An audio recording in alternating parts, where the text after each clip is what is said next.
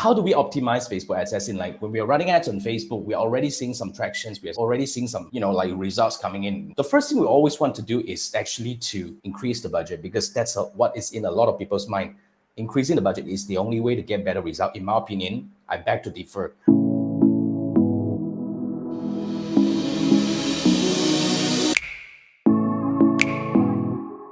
So I really want to give you the idea of Meta ads optimization, Facebook ads optimization over here. So what does it mean by optimization? Is to actually optimize whatever that are not performing at its optimum level. Say, for example, the first thing we always look into when we are optimizing a campaign is actually to analyze the data. We will need to find out, the first step is to find out what's working and what's not working.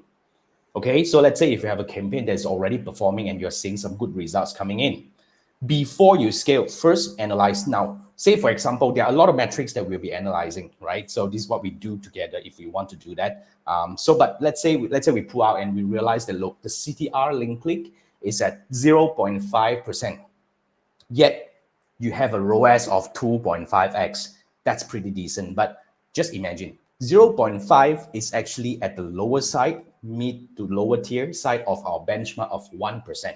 So if you have a 0.5, there is a good chance that your ad may not be that performing well. So what I would actually recommend, I mean, of course, there are other metrics involved. Then maybe we can start with like testing new creative, or find out which placement works better. Let's say if it's stories and reels that are working better, then we probably can actually do some optimization and run some ads only on reels and story to see whether we are able to bump the CTR. So let's say if you're able to, just imagine 0.5% CTR. If I'm able to bump your CTR to 0.75%, what does that mean? That means I get 50%, 50%, because 20.25 is 50% of 0.5, right? I get 50% more clicks with the same budget that you are spending. Do you think you might potentially get 50% more landing page view, add to cart, or even purchase?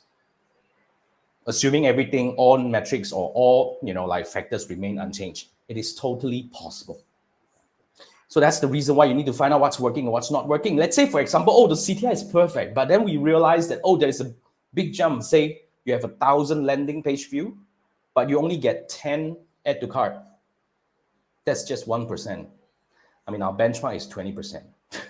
So if I'm able to bump this, let's say if I fix the landing page and do something different, and I'm able to bump this to, let's say, 10%, do you think you are potentially able to get, like 90% more add to cart and all these things? Because this is all the number game. But what a lot of people do when they are trying to, scaling an ad is they do not know. I mean, they don't bother the concept of, like optimizing. That's why often than not, every time you try to scale a campaign that is performing, so-called, it breaks. Because you'd have no benchmark. When it breaks, that's the thing. We always want to come back. What is breaking? You see the key? Yeah, when a campaign is not performing, we also need to know why it's not performing, because that's how we learn and make sure we don't make the same mistake in the future. So that's the first thing. Find out what's working and what's not working in your campaign. That's the first step of optimization, by analyzing it.